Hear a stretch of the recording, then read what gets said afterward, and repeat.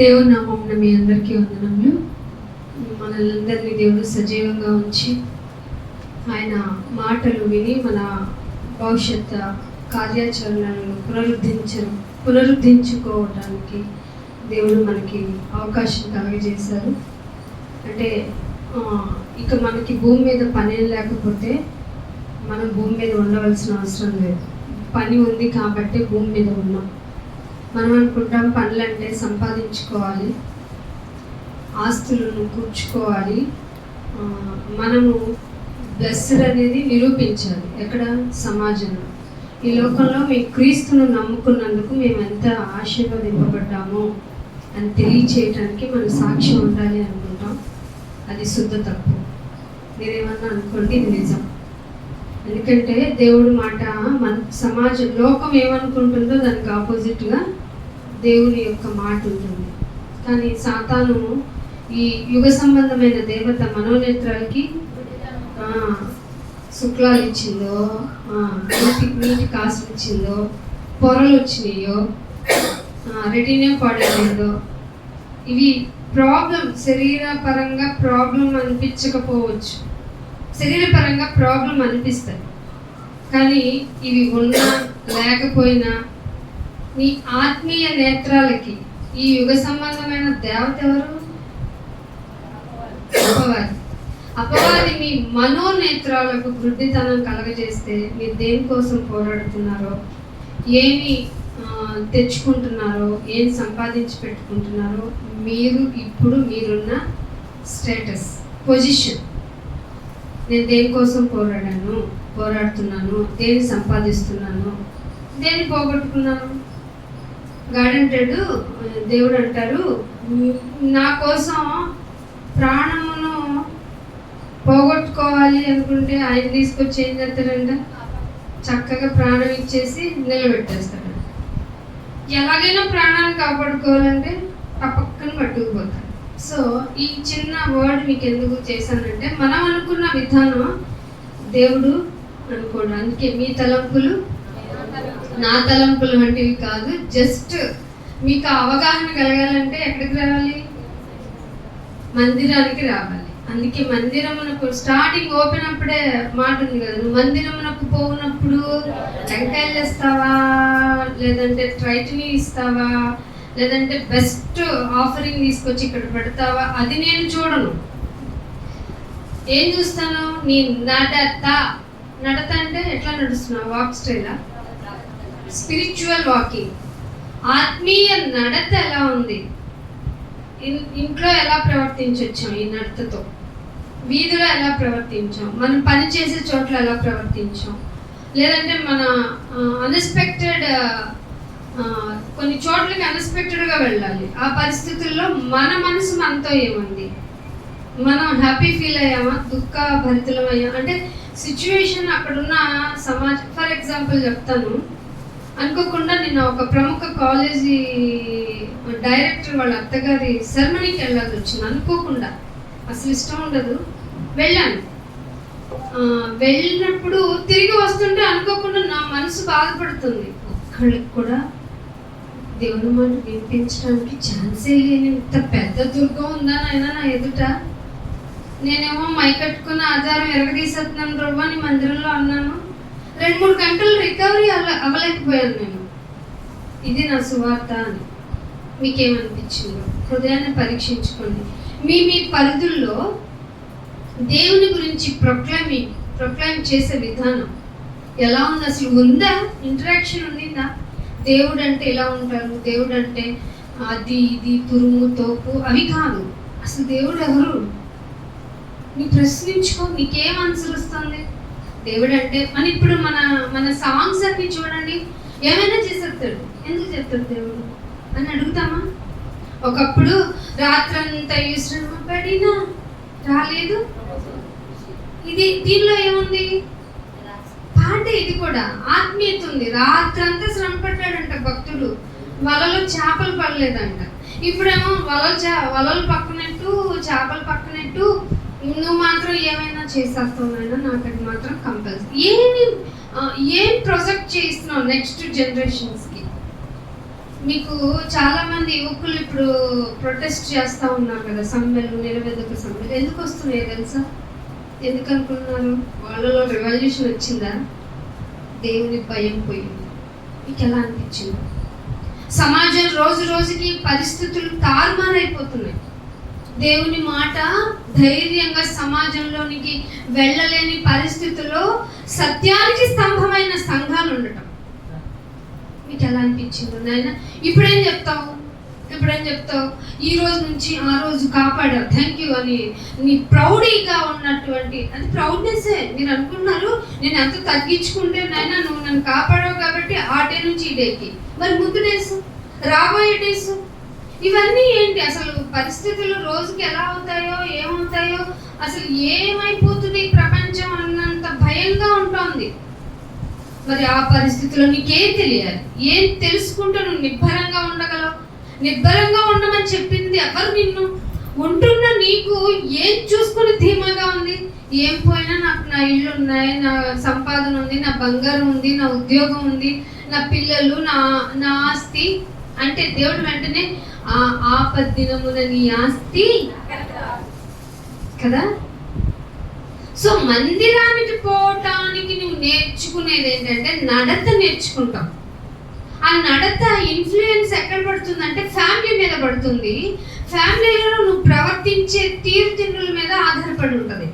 నువ్వు ఇంట్లో అంతా రణగణ ధ్వనులు చేసుకొని, లేకపోతే ఫ్రస్ట్రేట్ అయిపోయి, లేదంటే సమాధానాన్ని తెంచేసుకొని, వాళ్ళు రావాల్సిందే రాక చేస్తారా అని నేను రాక పోతానని వాళ్ళు అని సమన్వయం లేకుండా మన మందిరంలోకి వచ్చి నువ్వు థ్యాంక్స్ గివింగ్ చెప్పావు అనుకో, ఎక్కడికి వెళ్తాడు ప్రార్థన?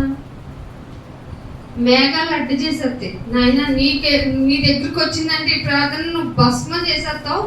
తెలుసు కదా ఆయన ప్రార్థనని. కొంతమంది ప్రార్థన అంగీకరించరు ఆయన. అందుకని మేఘాలను అడ్డు పెట్టేసుకున్నాడంట కోపాన్ని తగ్గించుకోండి. నేను అంటున్నాను, ఎందుకు నన్ను నువ్వు మేఘాలు అడ్డెట్టుకుంటావు? ఇంటే ఇనిపో, తెలుస్తుంది కదా నీకు వాళ్ళు ఎంత అన్ఫెయిర్ అనేది. అంటే ఆయన విని వెంటనే రియాక్షన్ బయటపడింది అనుకో, మన మనుగడ ఉండదు. అర్థమవుతుందా మీకు? అది డేంజర్. ప్రార్థన ఆషామాషిగా చేయండి మీరు. అందుకే నేను ఎప్పుడు చెప్తా, మీరు మందిరానికి వచ్చినప్పుడు మీ మాటలు సిద్ధం చేసుకోండి. నువ్వు ఒక పాట పాడాలనుకుంటే దాని తాత్పర్యం తెలుసుకో. ప్రార్థన చేయాలంటే దేవుడికి ఎంత ప్యూరిటీగా చేయగలవో తెలుసుకో. వాక్యం వింటున్నానంటే నేను తప్ప ఎవరు వింటున్నారు? వాక్యం చెప్తున్నంటే నేను తప్ప కమాండింగ్ గా ఎవరు చెప్పగలరు? ఇవి మనకొద్దు. ఇక్కడికి వచ్చామంటే ఆల్ ఆర్ ఈక్వల్, అందరికీ ఒకటే రూలు. చెప్తున్నాను కదా అని నాకేం పెద్ద కిరీటం ఇవ్వడు. ఇన్ఫ్యాక్ట్ ఈ బోధకులమైన మీకు మరి కఠినమైన తీర్పు. అంటే ఎంత ఏదో అంటారు నిప్పుతో చెలగాటం. మీకు అర్థమవుతుందా? ఇక్కడ చెప్పడం అంటే గొప్ప అనుకోకండి. నిప్పుతో చెలగాటం అయితే ఏమవుతుంది చెప్పండి? ఇక్కడున్న శరీరమే తట్టుకోలేదు. మరి ఆయన ఏమి అయి ఉన్నారు? అగ్ని అయి ఉన్నారు. మరి ఆయన గురించి ఆయన మనుషులకు ఆయన మాటను చెప్పేటప్పుడు మనం ఎంత బాగుండాలి, వినేటప్పుడు మీరెంత జాగ్రత్త తీసుకోవాలి. విన్న మీరు ఏం గ్రహించుకున్నారు? మీకేం అర్థమయ్యింది? సామెతలు 1వ అధ్యాయం నుంచి చెప్తున్నాడు. వానిష్, వదిలేండి, వ్యర్థం. ఎవరు వదిలేశారు చెప్పండి? 5 అధ్యాయాల్లో మీకేమన్నా మార్పు తెచ్చిందా చెప్పండి? అది తట్టనే లేదే, ఏదో ఇన్నెళ్ళిపోవడం అనిపించింది కదా. మార్చుకోవాలి, మనస్సు మారాలి. ఏదో అనుకున్నానైనా సంపాదన అంటే ఆయనకి 5వ అధ్యాయం 11వ వచనంలో ఉంటుంది చూడండి అన్నమాట. ఆస్తి ఎక్కువైన ఎడల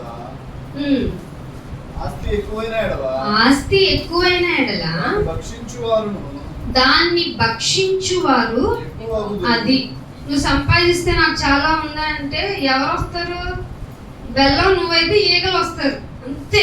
ఇంతకు మించి వేరే చేంజెస్ ఏం లేవు. తింటారు. ఒకరోజు నేను పెట్టకపోంటే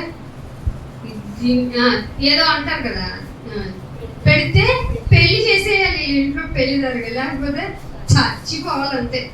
అది మానవ సహజం. ఇది బిట్టర్గా ఉంటుంది. కానీ నా వాళ్ళందరికీ ఎంత పెట్టినాను తెలుసా? ఈ చేత్తో ఎన్ని పెట్టానో తెలుసు అంటారు కదా. ఈ చేత్తో పెట్టు. ఈ చెయ్యి ఇచ్చింది ఎవరు? పెట్టడానికి ఫుడ్ ఇచ్చింది ఎవరు? ఈ చెయ్యి ఇచ్చిన ఆయనకి ఇవ్వడానికి సామర్థ్యం కలిగజేసిన ఆయనకి నేను ఆయన్ని గుర్తు చేసుకుంటూ మీకు అందరికీ నేను పెట్టగలుగుతున్నాను. దేవునికి స్తోత్రం అనగలమా? ఈ చెయ్యి పెట్టింది నువ్వు పెట్టవుగా, చెయ్యి పెట్టించాడు దేవుడు. దాన ధర్మాలు జ్ఞాపకంలోనికి వెళ్తాయి. అన్యుడు కొర్నేలి, దేవుడు ఎవరి పేరు రాయించాడు అనుకుంటున్నారు?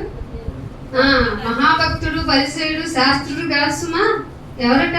అన్యుడైన కొర్నేలి. ఏం తెలిసింది ఆయనకి? తెలీదు. ధర్మశాస్త్రంలో సంగతులు కొంచెంగా పరిశీలన చేస్తున్న యాక్టివిటీస్ని బట్టి వచ్చింది, అంతే. తెలుసుకున్నాడు. దాన్ని తెలుసుకుని ఆయన ఏం చేశాడు? ఏమంటారు, కాకికి విదిలించకుండా, పిల్లికి బిచ్చం వేయకుండా. పిల్లి ఎంత తింటుంది ఫుడ్? చాలా తక్కువ కన్జ్యూమింగ్ అది. దానికి కూడా పిల్లి కూడా బిచ్చం పెట్టలేదంటే ఇంటి కూడా వదలడని. మరి అవి నేర్చుకున్న భక్తుడు, పరిచయుడు, శాస్త్రి గొప్పవాడు అన్నాడా? లిస్ట్లో తేగానే కొర్నేలి నీ దాన ధర్మంలో డైరెక్ట్గా ఎక్కడికి వెళ్ళిపోయినాయి? సన్నిధికి వెళ్ళిపోయినాయి. దాన ధర్మాల యొక్క పవర్ ఏంటో మీకు అర్థమవుతుందా? ప్రార్థనకి ఈక్వల్. అర్థమవుతుందా? ఇప్పుడు కలిమిలో ఉన్నప్పుడు చేయడం గొప్పే. నీకున్నది కూడా ఎవరన్నా ఆశిస్తే ఏమన్నాడు? వాడు ఆశిస్తే వాడికి నీకు కలిగింది కూడా అమ్మేసి ఇచ్చేస్తాడు. అసలు అది అవుతుందా అండి? నేను అట్ట బతుకుని బాబు, అరే నేను ఉన్నాను కదా, నువ్వు ఉన్నావు కాదనట్లా, కానీ నాకు అవి చూసుకుంటే, కళ్ళతో చూసుకుంటే అది నేత్రానందం. ఆయన నేత్రానందం. ఇవి నేత్రానందం ఉందా బిడ్డ నీకు? అయితే నువ్వెవరు అనుకుంటున్నావు? ఈ లోకముతో సాంగత్యము చేయువాడు సుమా. ఈ లోకంలో కలగజేయని వాటితో నువ్వు మింగిలైపోయావు తెలుసునా అని చెప్తున్నాడు. అందుకే నువ్వు ఏం చేయాలట? చదువునన్నా. ఆస్తి ఎక్కువైతే దాన్ని భక్షించువారు ఎక్కువైపోతారు. ఎందుకు నాకు ఆస్తి ఇంతెందుకు కావాలంటే కన్నులారా చూసుకోవడానికి తప్ప. ఈ ఊర్లో 10 ఎకరాలు, ఆ స్టేట్ లో అన్ని ఎకరాలు, ఇక్కడ బిల్డింగ్లు, అక్కడ ఒక్కసారి అన్ని చోట్లకి వెళ్ళరాగలరా? వెళ్తాడా? కాకపోతే ఫోటోలు తెచ్చుకుంటాడు. ఇప్పుడున్న వర్షన్ ప్రకారం తెచ్చుకొని అక్కడ ఇలాగ, లేదంటే అక్కడ కొన్ని కెమెరాస్, ఇప్పుడు ట్రెండీ కదా, కెమెరాస్ పెట్టుకుంటాడు. పెట్టుకొని అక్కడ ఏం జరుగుతుంది, ఇక్కడ ఏం జరుగుతుంది, అక్కడ ఏమవుతుంది, అక్కడ ఏదో జరగడానికి జరిగింది అనుకో, నెమ్మదుంటుందా? ప్రతి టెక్నాలజీ పెరిగిన కొద్దీ మనలో టెన్షన్స్ ఎక్కువ అవుతాయి, అంతే, అంతకు మించి ఏం లేదు. మరి ఏం పెరగాలి నీలో? సంతుష్ట సహితమైన దైవభక్తి. ఓవర్గా కూడా ప్రేర్ చేయమాకన్నాడు. అతి దేవతారాధన చేశాడు. అతి దేవతారాధన శ్లోకాలు నాకెందుకు? సంగీత సామ్రాట్లు చేసిన సంగీత పరమైనటువంటి పాటలు నాకెందుకు? నాకే పొద్దున్న లేస్తే లెగవకముందే, ఆయన లెగవరు, కునుకు నిద్ర పట్టడని ఆయన చెప్పాడు. ఆయన ఉన్నా ఏం చేస్తున్నా చేయకపోయినా ఒక రికార్డ్ అక్కడ నోటెడ్ 5 అవుతానే ఉంటుంది. ఏంటది? పరిశుద్ధుడు పరిశుద్ధుడు పరిశుద్ధుడు, ఎటెళ్ళినా పరిశుద్ధుడే. ఇంక నువ్వేంటి? దానికి మించిన అప్లోసింగ్ ఏం చెప్పండి? దానికి మించిన ప్రైడింగ్ ఏం చెప్పండి? ఒక వ్యక్తి ఎదురుగా ఉన్నప్పుడు సుమా ఆ వ్యక్తి గురించి పరిశుద్ధత కలిగిన వాడు అని తరతరాలు చెప్పగలిగిన స్టామినా కలిగిన గాడెస్ ఎవరున్నారు చెప్పండి? కొన్ని మనుషులు చెప్పండి. నీ ఇంట్లో వాళ్ళ గురించి చెప్పగలవా? హానెస్టీగా వెరీ భక్తి పరురాలండి అని చెప్పగలవా? అంత నమ్మకస్తుడైన యోగుని వాళ్ళ భార్య ఏమంది? నువ్వు దూషిస్తే నీ ప్రాణం పోద్ది అందా లేదా? ఎంత నీతిగా బతికినా పొద్దున్న లేస్తే పెద్దల గురించి పాప పరిహారార్థ బలి, పిల్లల గురించి ఒక పాప పరిహారార్థ బలి మినిమం 45 minutes పట్టుద్దంట. ఎంతమంది పిల్లలు? 10 మందికి. అంటే ఎప్పుడు తినేవాడు, ఎప్పుడు బయటికి వెళ్ళేవాడు, ఎప్పుడు ఏం చేసేవాడు? అంత భక్తి చేస్తే టపక్కన పోయారు 10 మంది. ఇదేనా ఏం జరిగింది? ఒళ్ళంతా దుర్గమయమైన రోగం. దేవుడిని పూజిస్తే నాకు అంత నెమ్మదిగా ఉంది, ఏ తెగులు రాదని ఫిక్స్ చేసి బోర్డు ఎట్టుకుంటావు కదా నువ్వు. ఏ తెగులు నా గుడారం. ఎంత కాన్ఫిడెన్స్ నీకు? ఎవరిని చూసుకొని నీకు ఆ కాన్ఫిడెన్స్? ఆయన అన్నాడు, నన్ను నమ్ముకుంటే పరీక్షించడానికి ఒకడు వచ్చేస్తాడు.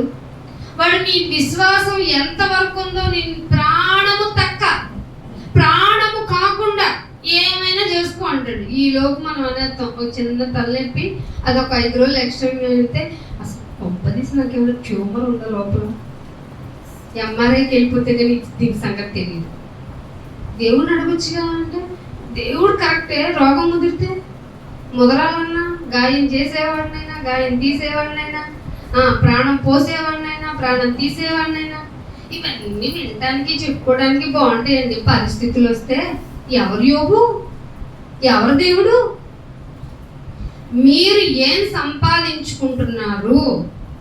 కనులారా చూసి ఆనందించడం వల్ల వచ్చే ప్రయోజనం ఏమిటి? వానిష్, వ్యర్థం. వానిష్ ఆఫ్ ది వానిష్, వ్యర్థము వ్యర్థమే చెప్తున్నాడండి. మొదట అధ్యాయం నుంచి మళ్ళీ ఏం మార్పు ఉంది చెప్పండి? ఏం మార్పు వచ్చింది నాయన? ఈ వ్యర్థమైన వాటిలో ఈ రోజు నేను త్రుంచేశాను. ఇదిగో నా ఆరాధన బలిలో నా సాక్రిఫైయింగ్ నేను వదిలించుకున్న సాక్రిఫై ఏది చెప్పావు ఆరాధనలో? ఒకటే నస. ఆనాడు ఈనాడు కాపాడావు, ఇక్కడ అక్కడ. ఏం చేసావు కాపాడితే అంటే క్వశ్చన్ మార్క్. తీసేయాలా అంటే తీసేయాలి. మన యొక్క యాక్టివిటీస్ ప్రకారం తీసేయాలి. కానీ గొడ్డలు వేరునుంటే ఒక ఆయన వచ్చాడంట తోటమాలి. అయ్యో బాబు, ఈ ఒక్క రోజు అంటే ఆ ఒక్కరోజు గ్రేస్ పీరియడ్. పెరియల మీద బయటకు వచ్చిన నేరస్తులు మనం అందరం. అదే కదా పెరియల్ అంటే తెలుగులో ఉంటారు. బెయిల్ తీసుకొని బయటకు వచ్చిన వాళ్ళు. జామీను బాబు ఇంత జమా వేయించుకొని మేము నీకోసం వచ్చాము, మేము బయటకు వచ్చేద్దాం, మంచిగా బతుకుతామని వచ్చాం. వచ్చేం చేస్తున్నాం? నేను బతికెంతో తెలుసా అంటూ కాలు ఎగరేస్తున్నాం. చెప్పండి, ఇది ఆరాధనకు సూటబుల్లేనా? ఈ శరీరాలు ఇలా ఉప్పొంగుతున్న, ఈ శరీరంతో ఉప్పొంగుతున్న మనస్తత్వం కలిగి ఆరాధించడం కరెక్టేనా? బల్ల తీసుకోవడం వెరీ డేంజర్ కదా. ఇన్ని చేస్తూ నేను ఆరాధనకు వస్తున్నాను తెలుసా అంటే దేవుడు వెంటనే పట్టుకొని ఇట్లా ఆ గుమ్మం దగ్గర పట్టుకుని, నువ్వు మందిరంలోకి పోనప్పుడు ఏది ప్రవర్తన? నీ ప్రవర్తన, ఎదుటోళ్ళ ప్రవర్తన గురించి కాదు, మళ్ళీ నీ ప్రవర్తన జాగ్రత్తగా చూసుకుంటే నీకు ఒక హితబోధ చేస్తా. ప్రవర్తన తీసుకుంటున్న నీకు కన్నులతో ఆనందించే దానికోసం నువ్వు ప్రాకులాడు మాకు. ఒకవేళ నీకు కన్నులతో బాగుంది, ఇది తీసుకున్నా, ఇది కట్టుకున్నా, అది కొనుక్కున్నా, 4 వీలరా 2 వీలరా, మా మౌలి చెప్తూ ఉంటాడు పాపం బిజినెస్ లో, నా ఆరాధనకి మించింది లేదు. కానీ రావాలి, నీ ఎక్కడ చూపించాలి? నీ శరీరం అనే ఆలయాన్ని తీసుకొచ్చి ఇది పరిశుద్ధమైనది అని చూపించడానికి దేవుడు ఇచ్చిన అవకాశం ఇది.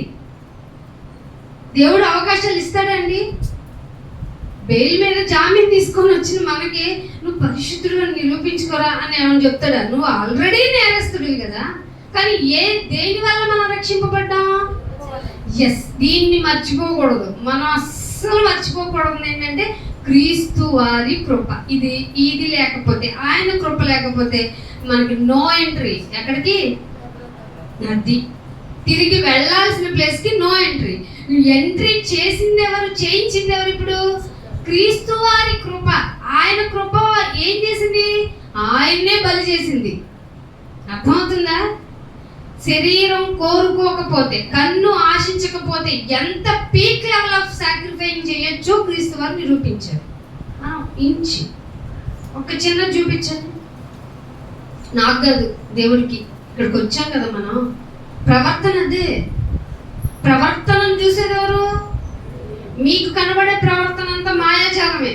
ఎందుకంటే ఇక్కడ ఉన్నప్పుడు నేను చాలా బాగా నటిస్తాను కదా. ఎంత బాగా నటిస్తాను? నా అంత శాంతమూర్తి, నా అంత మంచిది ఎవరు లేరేమో అన్నట్టుగా ముసుగు, మాట అంత బాగుంటుంది. వన్స్ ఇంటికి రండి, అఫ్కోర్స్ నేను ఇంట్లో కూడా ఇలాగే ఉంటాను. కోపపడతాను, కోపపడకుండా ఇట్లా మనిషిని కదా. కోపపడు కానీ పాపం మాత్రం చేసే వరకు వెళ్తున్నానంటే ఏమని అర్థం? పాపం చేసే వరకు వెళ్ళిపోతున్నానంటే వాక్యం లేదు నాలో. సో ఈ ముసుగు లేని జీవితాలు ఆయనకు కావాలి. ఏ ముసుగు? మీ పై ముసుగులు కాదు. మీరు వేసుకుంటారా కంఫర్ట్గా? వేసుకోండి, మంచిది, మంచి లక్షణం. వేసుకోలేని వాళ్ళంతా పాపాత్ములు కాదు. వాళ్ళ మాట తీరు, ప్రవర్తన, వాళ్ళ పద్ధతి తెలుసుకోవాలి మనం. దాన్ని ప్రవర్తన. ఇశ్రాయేలీని నడిపిస్తూ ఉన్నాడు. ఎన్ని సంవత్సరాలు? 40 సంవత్సరాలు. మన చెప్పులు ఎప్పుడు కరిగిపోతాయి? ఎంత క్వాలిటీ తీసుకున్నా మ్యాక్సిమం ఎంత జాగ్రత్తగా వాడినా సంవత్సరం అనుకున్నా 4 ఇంకో ఎక్స్ట్రా సంవత్సరం వేసుకోండి. జాగ్రత్తగా వాడతారు మీరు చెప్పులు కూడా. నాన్న ఇది ఇచ్చావు, నాకు ఇంకొక జాగ్రత్తగా వాడుకునే ఇలా నేర్చుకోండి. మీరు తక్కువ క్వాంటిటీ ఆఫ్ ఎక్స్పెన్సివ్స్ మెయింటైన్ చేయండి. దేవుడి దగ్గరికి వెళ్ళి నా ఖర్చు ఎంత అయింది నాయన భూమి మీద చెప్పు అని మనం నా బాధను గెలిపించుకోవచ్చు. బైబిల్లో ఉందన్నమాట. ఇది ఇప్పుడు నాకు 10,000 పెట్టి కొంటారు మా సారు, కానీ ఏం బాగోదు. ఇక్కడికి వచ్చి ఆ డ్రెస్ వేసుకొని డబ్బు సంపాదించకండి, కన్నులు ఆశించండి, ఇలా చెప్పాను అనుకోండి, మీరు అంటారా లేదా? ఇవే విమర్శలు వస్తున్నాయి. సో మీరు ప్రవర్తించే తీరులో తగు జాగ్రత్తలు చాలా అవసరం. నేను ప్రవర్తించే తీరులో జాగ్రత్తలు అవసరం. ఆ ప్రవర్తనని చూసేటప్పుడు ఎవరు హ్యాపీ ఫీల్ అవ్వాలి? మనుషులు హ్యాపీ ఫీల్ అయితే చాలా డేంజర్. మనుషులు అస్సలు సాటిస్ఫై అవ్వరు మన ప్రవర్తనతో. ఎందుకంటే ఇది దేవుడికి నచ్చిన ప్రవర్తన. దేవుడికి నచ్చే ప్రవర్తనలో మనుషులు ఇష్టం ఉండదు, మనుషులకి నచ్చదు. ఇశ్రాయేలీలు 40 సంవత్సరాలు వెళ్తే వాళ్ళ దుస్తులు మాయలేదు, చెప్పులు. పగలు ఎవరున్నారు అక్కడ? పగలు మేఘస్తంభం చల్లగా నడిపించాడు. రాత్రి దేవుడు సన్నిధి కదా. చెప్పులు ఎందుకు తీసుకున్నారు? ఎక్కడ ఏం బొర్రెట్టాలో మనకు తెలియదు. చెప్పులేసుకున్నాం, అమ్మ ముసుగేలేదు. ఏం చెప్తారు? నరుని పై వేషం మనిషి చూస్తారు. అంటే మేము సరిగ్గా ఉండకూడదా, ముసుకేయకూడదా, తెల్లబట్టి ఈ చెప్పకండి. మీరు ఏం పాటిస్తున్నారో, ఎలా పాటిస్తున్నారో అది దేవునికి యుక్తమా కాదా? దేవుని కొరకు ఆ విధానం నచ్చుతుందా లేదా? మనస్సును ఎదిగే దేవుడు ప్రవర్తనను చూస్తాడు. అయ్యో మనసునే కాదు, ఇంకొకటి కూడా ఆయన వెరీ వెరీ డేంజర్. హృదయపు తలంపు అంటే రేపేం తలుచుకుంటా ఇప్పుడు నాకు తెలుస్తుందా? దాని ఎవరికి తెలుసంట? ఆ దేవుడు చెప్తున్నాడు. మన ప్రవర్తన ఎలా ఉండాలో ఆ దేవుడు చెప్తున్నాడు. సో నువ్వు ఎక్కడికి వెళ్ళినైనా నా ప్రవర్తన అంతా బాగుందో లేదో చూసుకోవాలంటే సినిమా హాల్కి వెళ్ళినా, ఎక్కడన్నా రోడ్డు మీద 10 మంది కూర్చుంటే వాళ్ళ మధ్యలో కూర్చోనన్నా అని చెప్పాడా?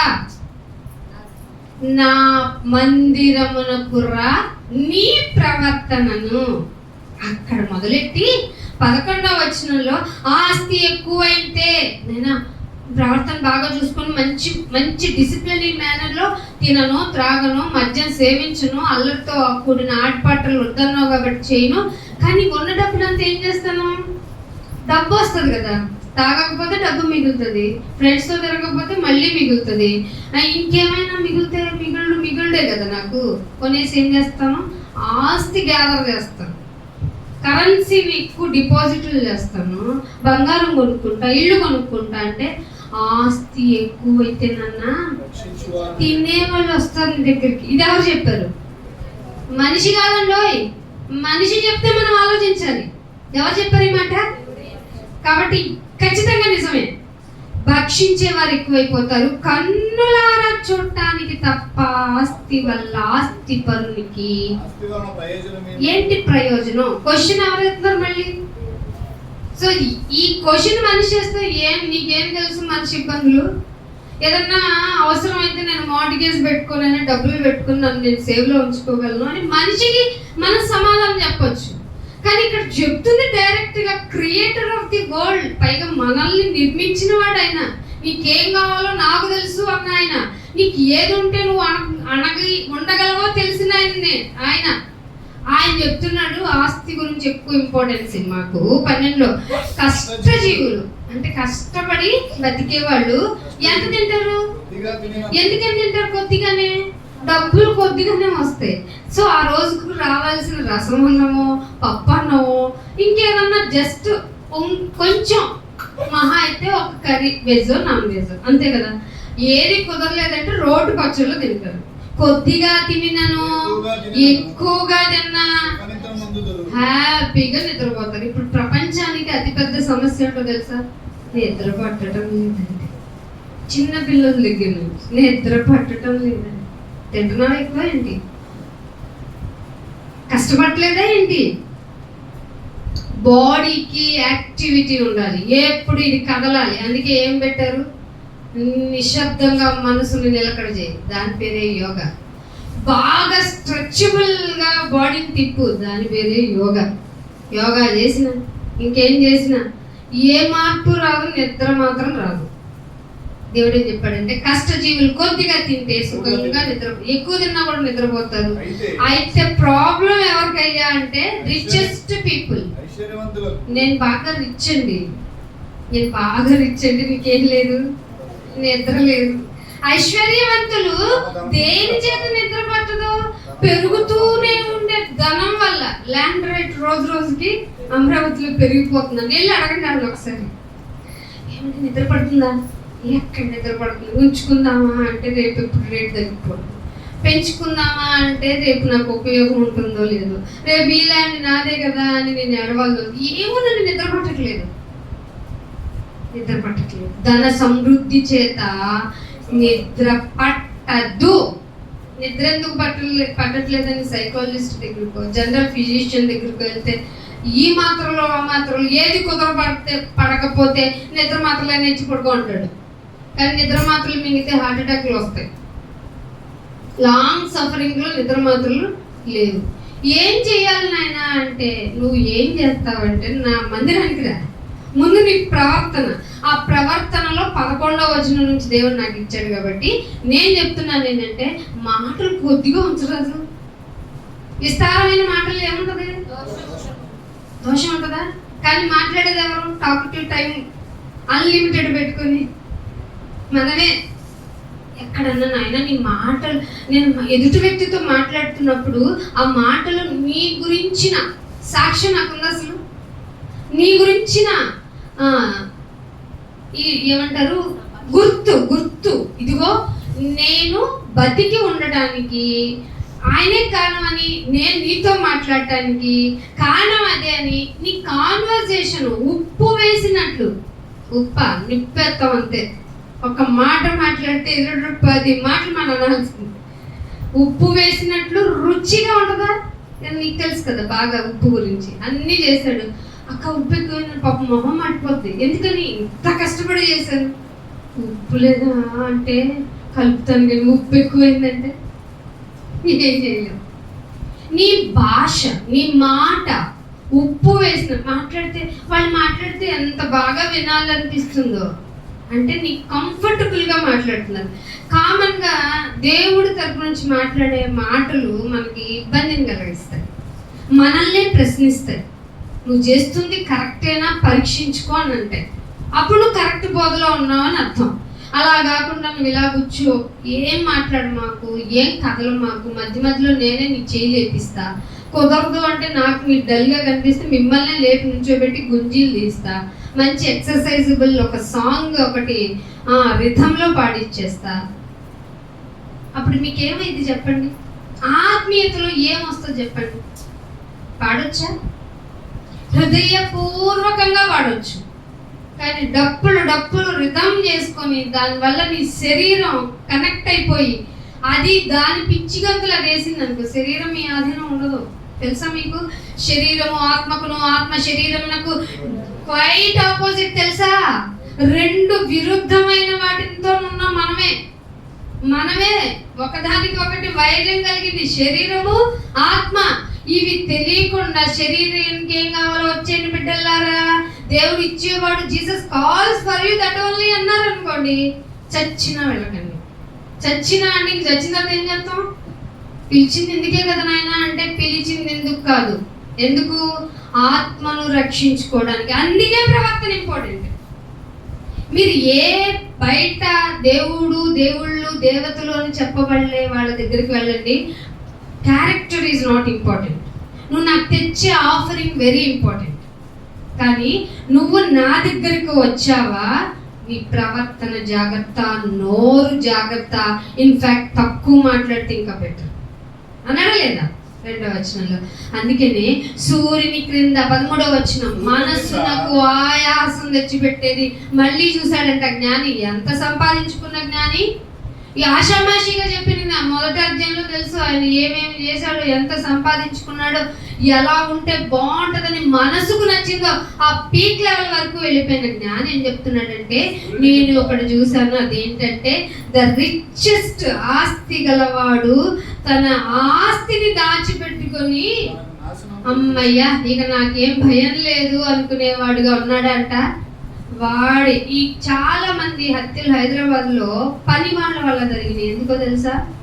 వాళ్ళ డబ్బును చూసి, వాళ్ళ నగలను చూసి, వాళ్ళ యొక్క వాళ్ళు మెయింటైన్ చేస్తున్న ప్రతి దాన్ని వీళ్ళు చూసుకొని వాళ్ళలో ఏం పుట్టింది? దురాశ. ఆశ కాదు అది. ఏం లేదు, వీళ్ళు లేపేస్తే నేనేం చేసుకోవచ్చు, ఈ మూట కట్టుకొని పోవచ్చు. అదే చెప్పాడు. అది ఎప్పుడు చెప్పాడండి దేవుడు? క్రీస్తుకు పూర్వపు సంగతి ఇది. ఒక ఆస్తి గలవాడికి నాశనం రెడీగా ఉంటుందట. ఆస్తి గలవాడు తన ఆస్తిని దాచిపెట్టుకోవడం వల్ల, ఏం చేయటం వల్ల? రూపాయి ఇవ్వడండి, ఎవరికి ఇవ్వడండి. మంచోడండి. రూపాయి అంటే చాలా జాగ్రత్త అండి. జాగ్రత్త అంటే ఏంటి అర్థం? ఎవరికి బిచ్చం పెట్టడు. ఎందుకుంది అంత ఆస్తి పోగై అంటే? పెట్టకపోవడం వల్ల, దానం చేయకపోవడం వల్ల, దాన గుణం లేకపోవడం వల్ల, దాతృత్వం అనేది తెలియకపోవడం వల్ల కాదు, ఇవ్వడం ఇష్టం లేకపోవడం వల్ల ఏమైందట? దాచిపెట్టుకొని తన నాశనాన్ని తనే తెచ్చుకున్నాడు. కీర్తన 49వ కీర్తన, దీనికి రిలేటెడ్ వర్డ్ వాళ్ళ తండ్రి గారు ఏమన్నారో చూద్దాం. 49వ కీర్తన 49:17 వచనం. వాడు చనిపోయినప్పుడు ఏంటట? ఏం తీసుకెళ్తాడట? సరిగ్గానే చదివారా? చనిపోయాడా? చనిపోతే ఏం తీసుకెళ్ళాడంట? అది ఇప్పుడు మీరు చెప్పండి. కన్నులకు ఆశించిన దాన్ని దాచిపెట్టుకున్న ఆస్తికర్త మీరు అవ్వదామని ఏమన్నా అనుకుంటున్నారా? ఎందుకు రాయించావు నాయన ప్రసంగి గారితో? ప్రసంగమే చెప్పించో. ఎందుకు ఇది అంటే, ఇందుకే వాడు చనిపోయినప్పుడు ఏం కొనిపోడు. ఘనత ఉంటది కదా, పేరు ఉంటది కదా. ఇన్ని సినిమాల్లో నటించాడు, ఇంత ఆస్తి సంపాదించుకున్నాడు, ఇంత క్రీడల్లో పేరు ప్రఖ్యాతులు గాంచాడు. అబ్బా ఆయనకున్న డబ్బు ఎవరికి ఉంది? ఇలాంటివన్నీ ఘనతలే కదా, మనం చూస్తున్న ఘనతలే కదా. ఆ ఘనత అంట వాడితో పాటే పెరగదా? దిగిపోద్దంట. అంటే ఉండదు. ఏమండి, ఆస్తి వద్దులే, పేరు ప్రఖ్యాతులు, పరువు ప్రతిష్టలు అవి ఇంపార్టెంట్ కదండి. ఎవరిచ్చారు నీకు పరువు? ఎవరిచ్చారు నీకు ప్రతిష్ట? ఇందాకే చెప్పాను కదా, బెయిల్ మీద బయటకు వచ్చిన నేరస్తులు మనందరం. ఆయనే గనక తరిచిపెట్టి మన నేరములు చూచిన ఎడల ఎవ్వరము నిలవము ఆయన సన్నిధిలో. అలాంటి మనం కృపతో వచ్చి నేను ఎంత మంచోని, నా పేరు ఎంత, నా పరువు ఎంత, నా ప్రతిష్ట ఎంత అన్నామనుకో, దేవుడు ఎవరు ఏం చేస్తారు చెప్పండి? ఏంటి పిల్లలు చేసే పనులు?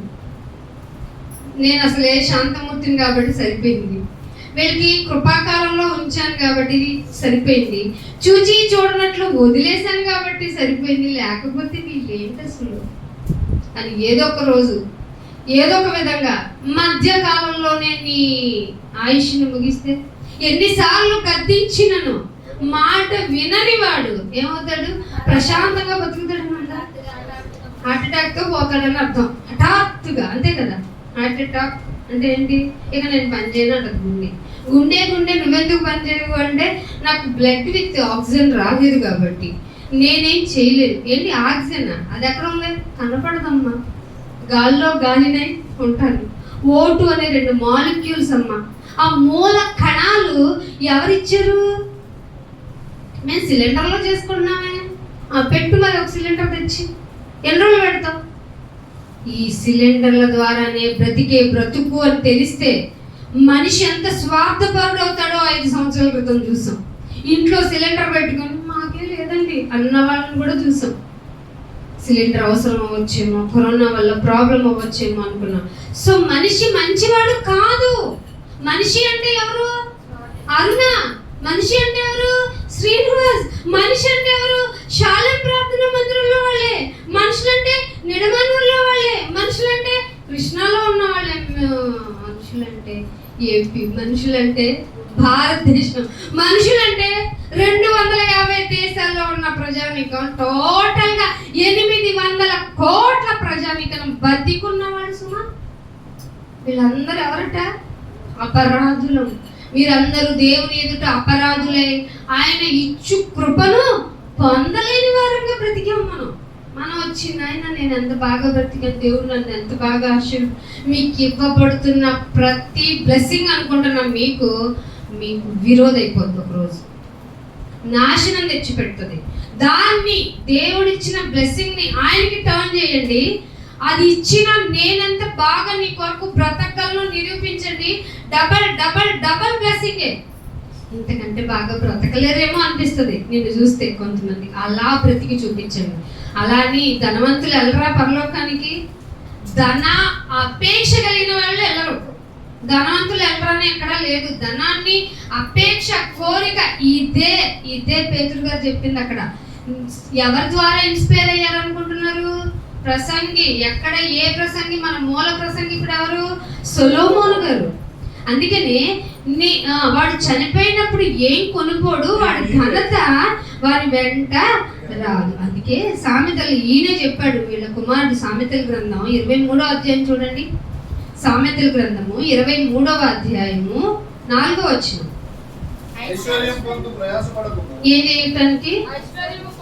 ఐశ్వర్యము అంటే ధనము, డబ్బు, బంగారం, ఇల్లు, నట్ర, నగ, బళ్ళ రూపంలో, కార్ల రూపంలో, అసెట్స్ రూపంలో.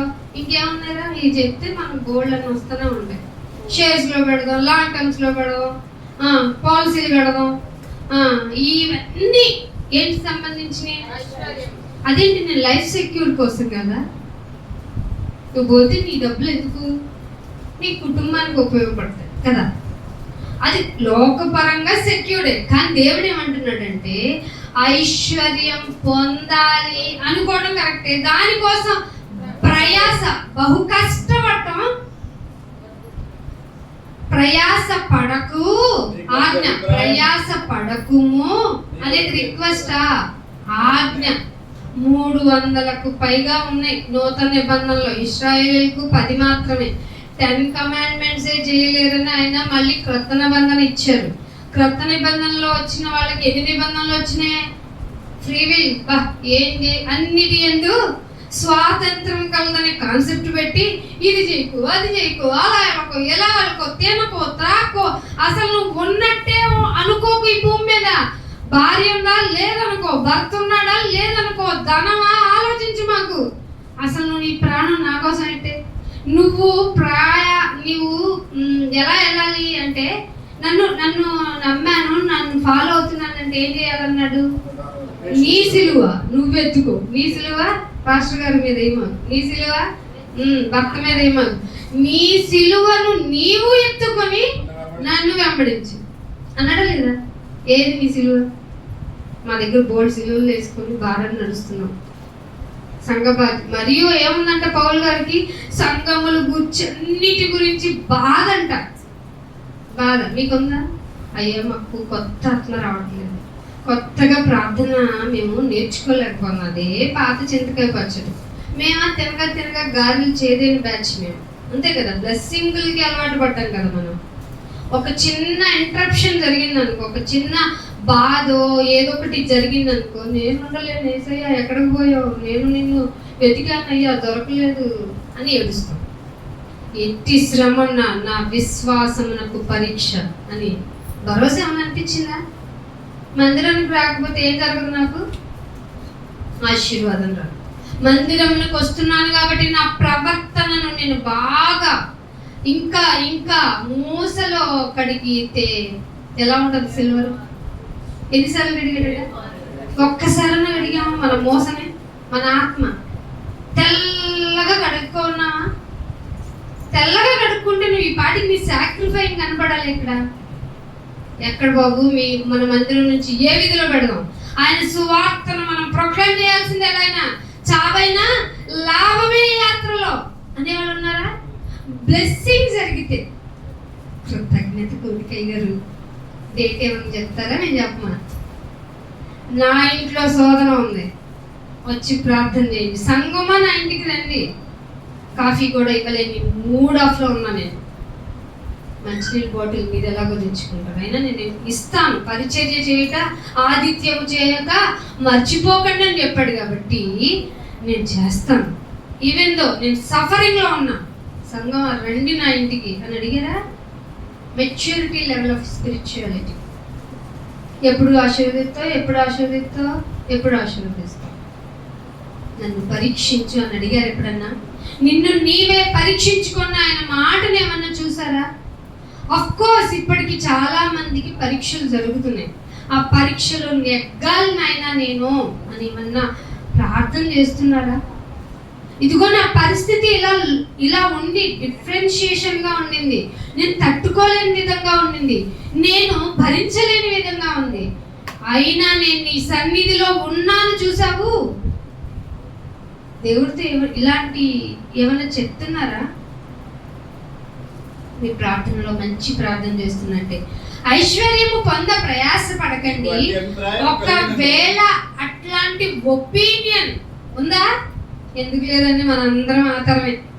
జనరేషన్ గ్రూప్ మనమే, మందలుగా ఉన్నాం. మనం మందిరాలకు వెళ్ళి మీరు ప్రార్థన విశ్వాసంలో సరిగా లేరనో ఇట్లా, ఇగో నీ ఆశీర్వాదం నుండి నా కుటుంబము నిత్యం ఆయన ఆశీర్వదిస్తే ఏమైందో తెలుసా?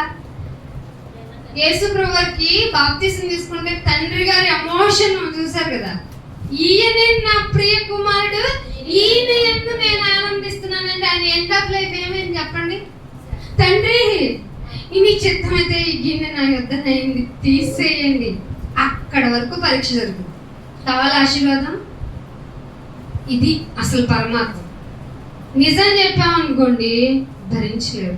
మీకు ఎందుకంటే ఇక్కడ చెప్పేవాళ్ళు ఇలా అలవాటు చేయించేశారు. మా దేవుడు మనకి ఏమైనా చేసేస్తాడు. ఒకసారి కదా, నేను వింటున్నాను, నేను నాన్నగారు మెసేజ్ ఎవరికో చెప్తుంటాను టీవీలో, ఒకసారి అడగండి, 10 సార్లు అడిగండి. ఎందుకు అడగాలి? నీ చిత్తమే సిద్ధించును గాక. నేర్చుకోలేదా? నాయన నా మనసు అయితే కోరుకుంటుంది, ఇది అవసరమో కాదో నాకు తెలియదు. ఎందుకంటే నేను శరీరంలో ప్రెసెన్స్ నే చూస్తున్నాను, ఫ్యూచర్ ఏంటో నాకు తెలియదు. దానివల్ల నాకు లాభం అవుతుందా, నష్టం అవుతుందా, అసలు నన్ను నేనే కోల్పోయే స్థితికి వెళ్ళిపోతానా నాకు తెలియదు. నీ చిత్తం సిద్ధించాలి నా బ్రతుకులో. నీ గట్టి అభిప్రాయము ఉండిన ఎడల, కలిగిన ఎడల విడిచిపెట్టుము. ఏం చేయాలి? మనకు నచ్చింది, మనం ఒప్పుకుంది, మనం చేయలేంది విడిచిపెట్టాలి. ఇదే నీ ఆరాధనలో ఈ రోజు ఎగ్జామ్ చేసుకుని నేను విడిచిపెట్టకూడదు. నాలో చాలా ఉన్నాయి. మీరు బహిరంగంగా చెప్పక్కర్లా. తలంపు రాకముందే ఆయన కనిపెట్టడానికి తెలుసు కదా. ఆయనకు తెలుసు, నాయన నా తలంపులు ఎలా ఉంటాయో నీకు తెలిసే నన్ను ఇక్కడ కూర్చోబెట్టావు. లోకంలో వదిలేదు, నన్ను ఇక్కడికి తీసుకొచ్చావు అంటే లోకముని ప్రేమించిన ఆయన లోకాన్ని దాటి రమ్మన్న నన్నెంత ప్రేమించుంటావు. నా అవసరతలన్నీ నీకు ఎలా తెలుసు? ఎన్ని తెలుసుంటే నాకు ఈ వాక్య బోధన వినిపిస్తున్నావు. సో నేను ఇక్కడ ఉన్నాను, నీ చిత్తమే సిద్ధించాలి. అంటే నీ ఇష్టమే నా బ్రతుకులో గెలవాలి. నువ్వు గెలవాలి నాలో ఉండి, నేను ఓడిపోవాలి. మళ్ళీ నువ్వేమంటావు? పాడొచ్చి నేను ఓడిపోనయ్యా. ఎందుకు ఉండాలి ఈ పక్షాన? ఆయన గెలవాలంటే నువ్వు ఓడిపోవాలి కదా. మీరు అందుకే ఆంధ్ర క్రైస్తవ కీర్తనలు పాడుతూ ఉండండి. వాటిలో అసలు బుద్ధి వచ్చే, అంటే గ్లామరు, టేస్ట్ ఆఫ్ తెలుగు భాషలందు తెలుగు లెస్స.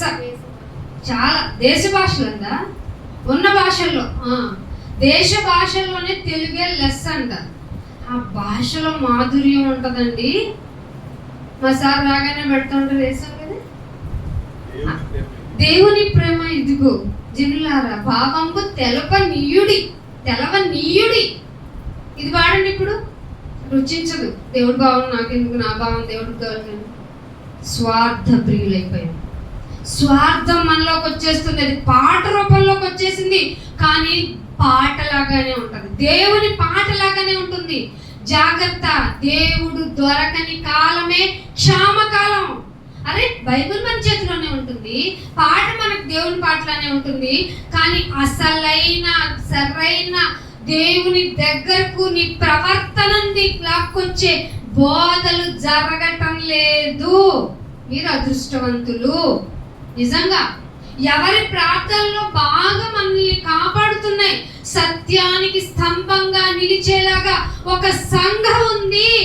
దేవుని కొరకు సాక్రిఫైస్ చేసి మరి వాళ్ళ జీవితంతో చూపించి మరి మీకు చెప్తారు. మీకు అట్టి అభిప్రాయం ఉండటమే తీసేయండి చెప్పాలంటే ఎంత స్టామినా కావాలి.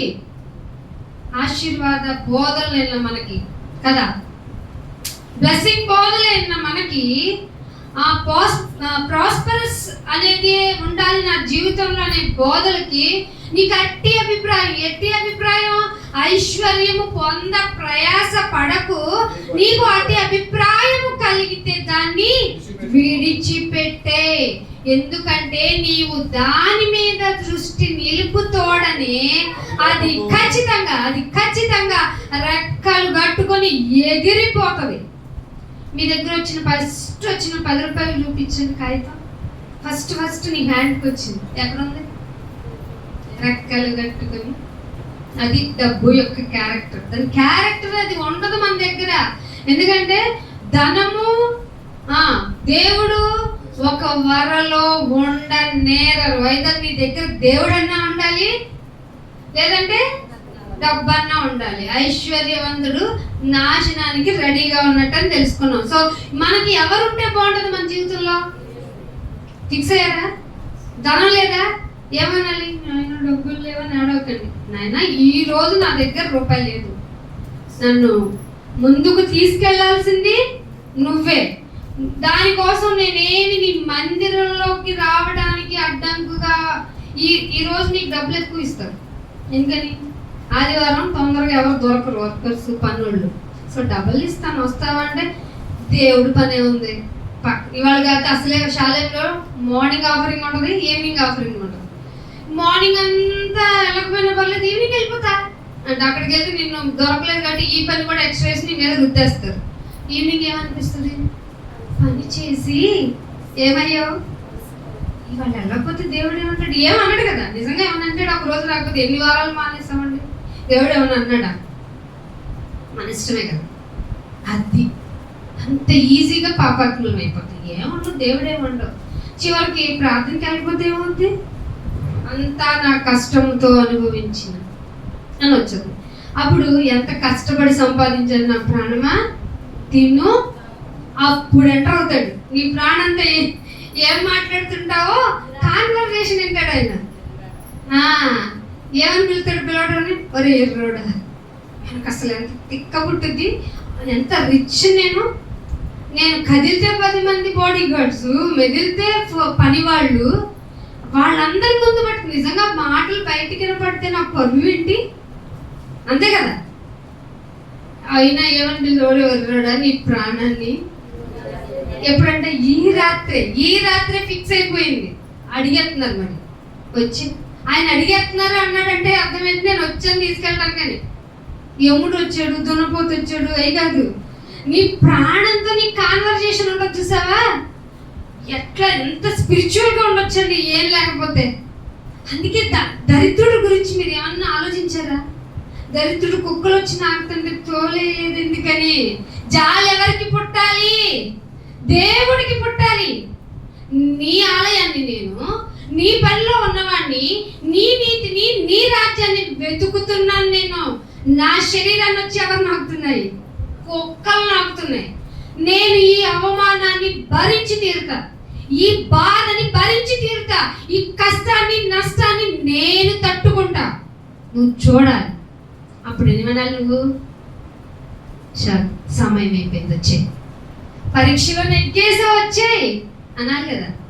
ఆ టైం ఇవ్వకుండా టైం బెరల మీద వచ్చి మళ్ళీ మళ్ళీ డబ్బులు కట్టి ఇంకొంచెం టైంని పెంచుకొని భూమి మీద చెయ్యరాని కార్యాలు చేయడానికి వచ్చేసాం. అందుకే నీవు దాని మీద దృష్టి నిలిపిన తోడనే అది లేకపోవును, నిశ్చయం ఖచ్చితంగా అది రెక్కలు ధరించి ఎగిరిపోవును. పక్షిరాజు ఆకాశానికి ఎంత ఎదుగుతుందంటే ఎగిరిపోద్దంట తను. ఆ పక్షిరాజు అంటే మనుషులు విమానాలు కూడా వెళ్ళలేనటువంటి హైట్కి వెళ్తుంది. పక్షిరాజు అంటే గ్రద్ద, చాలా హై లెవెల్కి ఎదుగుతుంది, అంటే అంత పైకి వెళ్ళిపోతుంది. డబ్బు ఎగిరిపోనట్లుగా ఎగిరిపోతుంది. ఆశపడుతున్నావా? ప్రయాసపడుతున్నావా? త్రుంచి రెండింటిని. ఆశ దురాశకు తీసుకెళ్తుంది. ఇక చాలును అనే తృప్తి కలిగిన జీవితమే నిన్ను కాపాడుతుంది. తుంచుకుంటావా? పెంచుకుంటావా? నీ ప్రవర్తన మందిరంలోనికి వచ్చిన తర్వాత నువ్వు జాగ్రత్తగా చూసుకుని నువ్వు అడుగుతావే నీ నోటితో, ఆ మాటల్లో నువ్వు ఏం మాట్లాడుతున్నావో తెలిసిపోద్ది. అందుకే సామెతలు 27వ అధ్యాయం తీయండి. 27వ అధ్యాయము 20వ వచనం. 27వ అధ్యాయం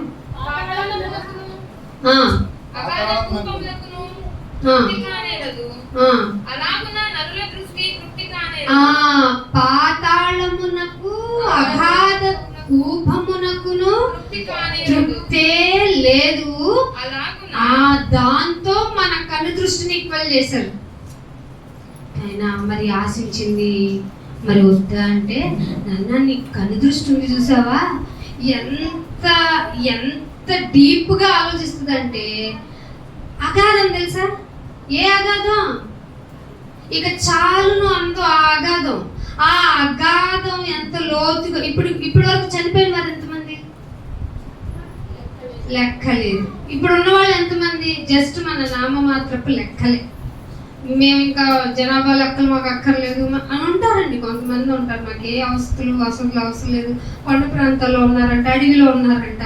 అలాంటి వాళ్ళు ఉండుంటారు. వాళ్ళ దగ్గరికి వీళ్ళు ఎందుకు వెళ్తారు? ఆఫీసర్స్ సిటీలో వెళ్ళమంటేనే మాకు ఎంత కష్టమో తెలుసా అంటుంది మా ఆడపడుచున్నారు. ఆడపడు లెక్కలు ఇచ్చారంట, జనాభా లెక్కలకి మీకు ఏమేమి సదుపాయాలు ఉన్నాయో 30 క్వశ్చన్లు ఇచ్చిందంట గవర్నమెంట్.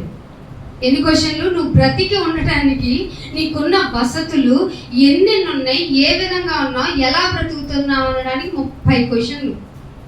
ఎవరిచ్చారు? మరి దేవుడేమిచ్చాడు? 66 పుస్తకాలు ఇచ్చాడు. 66 పుస్తకాల్లో ఉన్న 300కు పైగా ఉన్న ఆజ్ఞల్లో ఒకటే ఇది. ఏంటి? కన్నులతో ఆశించు. మాకు ఆశిస్తే దాని కెపాసిటీ ఎంత?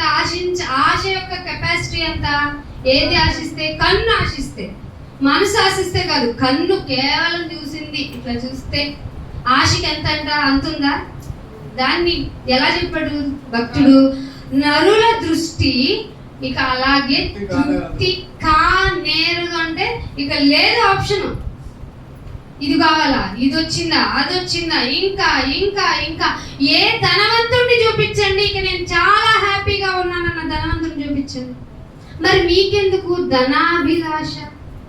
మీకెందుకు ధనం మీద కోరిక? అంటే మాకు దేవుడు కావాలి, ధనము కావాలి. అంటే మేము ఎలా ఉంటాం? నులివెచ్చగా ఉంటాం. అయితే దేవుడు ఏం చేస్తాడు? లోకంలో మీకు అప్లాసింగ్ జరుగుతుంది అంటే దేవుడు ఏం చేస్తాడు? మీరే చెప్తున్నారు. ఏం చేస్తాడు? గట్టిగా చెప్పండి. భరించగలమా దాన్ని?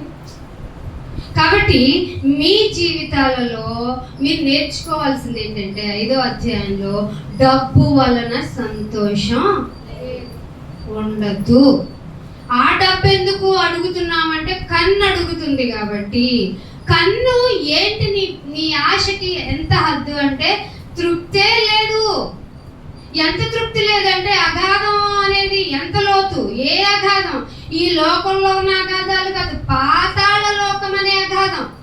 ఎంత లోతు, ఎంత లోతుగా ఉంటే అది అగాధం అనబడిందో, అది దేవుని దృష్టిలో అంతగా నీ కన్ను అడుగుతుంది. తృప్తి పొందదు. అంటే బతికినంత కాలం నీ దృష్టిలో నువ్వు తృప్తి పొందలేవు. అయితే ఏం చేయాలి? ఏముండాలి నీకు? ఇక వ్యర్థమే, ఇక సమస్తము వ్యర్థమే. ఎన్ని అధ్యాయాలు చెప్పాడండి, ఎన్ని అధ్యాయాలు, ఇక 9 అధ్యాయాల వరకు ఇదే చెప్తాడు. ఎన్ని వరల్డ్ వైజ్ గా ఎన్ని యాంగిల్స్ లో ప్రపంచం చెడిపోయిందో, చెడిపోద్దో ముందే చెప్పేశాడండి. అందుకనే ఒక మాట చూపిస్తాను, ఇదే సామెతలు అదే ప్రసంగి గ్రంథం 5వ అధ్యాయంలో 20వ వచనం చూడండి. చదవండి.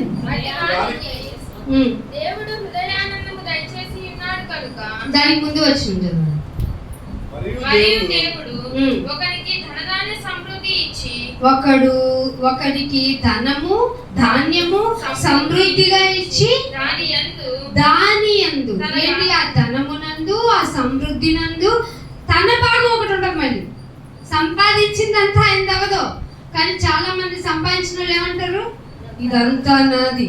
ధనము ధాన్యము సమృద్ధిగా ఇచ్చి తన భాగాన్ని మళ్ళీ ఇవ్వాలి. చాలా మంది తన భాగం తను తినకుండానే పోయేవాళ్ళు ఉన్నారు. తన భాగమును తాను అనుభవించాలి. మళ్ళీ ఇంకేంటంట, అన్నము పానము పుచ్చుకోవాలి. పైగా తన కష్టార్జితాన్ని చూసుకొని సంతోషించే విధంగా. ఇది నా కష్టం, ఎంత హానెస్ట్ గా ఉన్నాను, ఎంత రూపాయి అవినీతి లేకుండా దీన్ని సంపాదించుకున్నానని తన కష్టమును గూర్చి సంతోషించుటకు వీలు కలుగ చేసిన ఎడల. అర్థమైందా? ఒకడి గురించి చెప్తున్నాడు. ధనము సమృద్ధి, ధనం వచ్చింది సమృద్ధిగా ఉంది, ధాన్యం వచ్చింది సమృద్ధిగా ఉంది. ఆ ధనము సమృద్ధి ధాన్యము సమృద్ధిగా ఉన్న వాటిలో నుంచి తన భాగాన్ని ఇచ్చి ఆ తన భాగములో తనేం చేయగలుగుతాడు? అన్నము పానము పుచ్చుకొనట కంటే తన కష్టాన్ని చూసి సంతోషించుట కంటే వీలు కలుగు చేసింది ఎవరు? నేను ఎప్పుడు చెప్తూ ఉంటాను, జయలలిత గారు చాలా సంపాదించి కోట్ల రూపాయలు సంపాదించిందంట. ఏం చేసింది? అనుభవించిందా? కలుగ చేయబడలేదా? వీలు కలుగ చేయబడలేదా? ఎవరన్నా కలుగ చెయ్యాలా? ఎస్, అదే చెప్తున్నాడు ఇక్కడ. కలుగ చేసిన ఎడల అతని ఆస్తితి ఎవరి వల్లట? దేవుని ఆశీర్వాదమే ఇది. ఏంటట? దేవుని. అర్థమైంది ఆశీర్వాదం అంటే ఏంటో? అన్నం తింటున్నావా? వాటర్ తాగుతున్నావా? నీ కష్టం చూసి హ్యాపీ ఫీల్ అవుతున్నావా? నీకు ధనం ఉందా? ధాన్యం ఉందా? నీ బాగా నువ్వు తింటున్నావా? ఇది ఆశీర్వాదం. అప్పుడట అట్టి వానికి దేవుడు ఏమిస్తాడు? మాకు ఎంత ఉంటే ఏం లాభం అండి అనిపించడట. హృదయానందము దయచేసి ఉన్నాడు. దయచేసాడు మీకు హృదయానందం? ఏం లేదు. ఇవాళ బిర్యానీతో పాటు 4 రకాల కూరలు ఉండండి, ఎందుకో టేస్ట్ లేదు. మీరు కామన్గా ఫుడ్ మీదే కాన్సన్ట్రేషన్ ఉంటే వింటారన్న ఉద్దేశంతో ఎగ్జాంపుల్స్ ఇవి. కొంతమందికి బట్టలు ఎన్ని కొనుక్కుంటే ఏం లాభం, ఏంటో అన్ని బోర్ కొట్టేసి కదా. ఎన్ని 7 వారాల నగలు ఉన్న మళ్ళీ ఎక్కడికి వెళ్ళొద్ది? గోల్డ్ షాప్కి వెళ్ళాల్సిందే. ఎందుకు? 7 వారాలకి మళ్ళీ ఒక వారం తిరిగి వస్తుంది కదా. తిరిగి వచ్చేసరికి ఫస్ట్ తీసుకోవచ్చుగా. అన్ని బోర్ కొట్టాయి. ఉన్న నగలు ఏం చేయాలి? ఆల్టర్నేషన్ చేయించుకోవాలి, లేదంటే మోడల్ చేయించుకోవాలి. ఉన్న బిల్డింగ్ ఏం చేద్దాం? ఇది పాత కాలంలో కట్టాం, ఏం చేయాలి? తృప్తి లేదు. కానీ దేవుడు అన్నట్టి వానికి దేవుడు హృదయానందము దయచేసి ఉన్నాడు కనుక అతడు తన ఆయుష్కాల దినాలు ఎన్నినాయన అని ఇంకెంతకాలం నా చావుకి నేను ఎదురు చూస్తాను. చాలా మంది నోట విన్నానండి, నా చావు కోసం నేను ఎదురు చూస్తుంది. ఎవరు చూడాలి? నీ చావు కోసం ఎవరు చూడాలి? నువ్వు ఎలా చూస్తావు? పుట్టడానికి ఏమైనా ఎదురు చూస్తావా? ఎలా చావు కోసం ఎదురు చూడగలవు? అందుకే తెలివి నాయన, నా ఆయుష్కాలం నేను ఎంత ఉందో నాకు ఫిక్స్ అయిపోద్ది అనేది నా మైండ్కి ఏమి ఇవ్వమన్నాడు దేవుడు? జ్ఞానం ఇవ్వు, తెలివి నాయన అన్నాడు. 51వ అధ్యాయం కీర్తన, మీకు ఈ విషయం తెలియజేయాలి. 51వ కీర్తన కొడుకు గురించి మాట్లాడితే మరి మొట్టమొదటిగా పెంచిన తండ్రి గురించి కదండి మాట్లాడాలి. కన్న తండ్రి ఎలా చెప్పాలో, ఎలా చెబితే కొడుకు ఇంత టర్న్ అప్ అయ్యి. మీరు పెంచారా కొడుకుల్ని? మీరు ఇలా ప్రార్థనలకు వస్తున్నారు కదా, మీకంటే షార్ప్గా మీ బిడ్డలు ఎందుకు లేరు? మీ ప్రొజెక్టింగ్ ఎక్కడో దారి తప్పింది. అర్థమవుతుందా? అందుకే 51వ అధ్యాయము ఇది బాగా దావీదు గారు ఏడ్చి అపరాధ భావం వల్ల పాడుకున్న కీర్తన కదా. దానిలో 6వ వచనం చూడండి ఏమంటాడు? నీవు అంతరంగములో సత్యము కోరుచున్నావు. సత్యము అనగా ఉందా మీకు? అంతరంగంలో దేవుడు ఏం కోరుకుంటున్నాడట? ప్రార్థన చేస్తారా? అంతరంగంలో లేని సత్యం నాయన నా జీవితం, అందుకే ఇది కావాలి అది కావాలని ఏడ్చాను. ఏడిస్తే నా కన్నుకి తృప్తే ఉండదని వాక్యం తెలియజేసావు నాయన. ఇంత ధన్యత ఇచ్చావేంటి నాయన? అదే లోకంలో ఉంటే ఎలా ఉంటాను? ఈరోజే మంది, రేపు మంది కాదు కాబట్టి తిందాం తాగుదాం అని ఉన్నాయి అమ్ముకొని తాగేద్దాం అనుకున్నవాడిని. రియలైజింగ్, పశ్చాత్తాపం కలిగింది ఎప్పుడన్నా మీకు? ఇక్కడ ఉండటం గొప్ప అనిపించిందా? అందుకే అంటున్నాడు, నీవు అంతరంగములో సత్యమును కోరుచున్నావు, ఆంతర్యమున నాకు ఏం చేస్తావు? నువ్వు రావాలనిపించింది ఆ జ్ఞానం తెలుసుకోవడానికి, స్కిప్ చేస్తే సరిపోద్ది. వాళ్ళ అమ్మయ్యా వెళ్ళకుండా బోరింగ్ స్పీచ్లు కదా ఇవన్నీ. ఇక్కడ ఏమన్నా ఎంటర్టైన్మెంట్ జరుగుతుందా? మీకేమో అస్సలు జరగదు. ఇప్పుడు అది చెయ్యటం లేదని కూర్చోబెట్టి ఇలా హితబోధ చేస్తే, ఆరోగ్యకరమైన బోధ చేస్తే బోరింగ్ కాబట్టి, శరీరాలు ఒప్పుకోవు కాబట్టి మీకేం కావాలమ్మా? మ్యూజిక్. ఎన్ని మ్యూజికల్ ఇన్స్ట్రుమెంట్స్ ఉంటే అంత బాగా ఆనందంగా ఉంటుంది.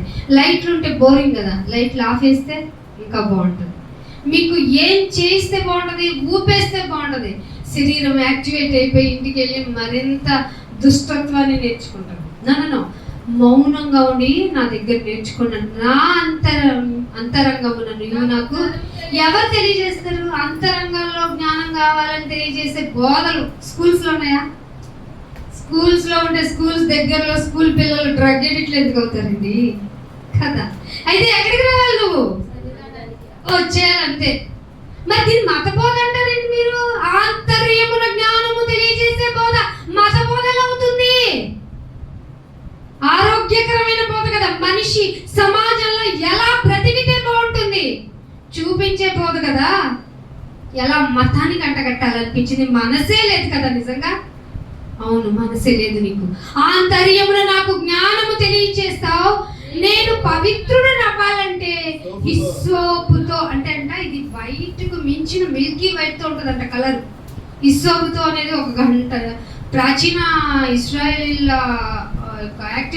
యాక్టివేటిక్ పనులు చేసేటప్పుడు వాళ్ళు వాడతారంట హిస్సోపు అనేది. వైట్ గా ఉంటుందంట. హిస్సోపుతో అడిగారు ఎప్పుడన్నా?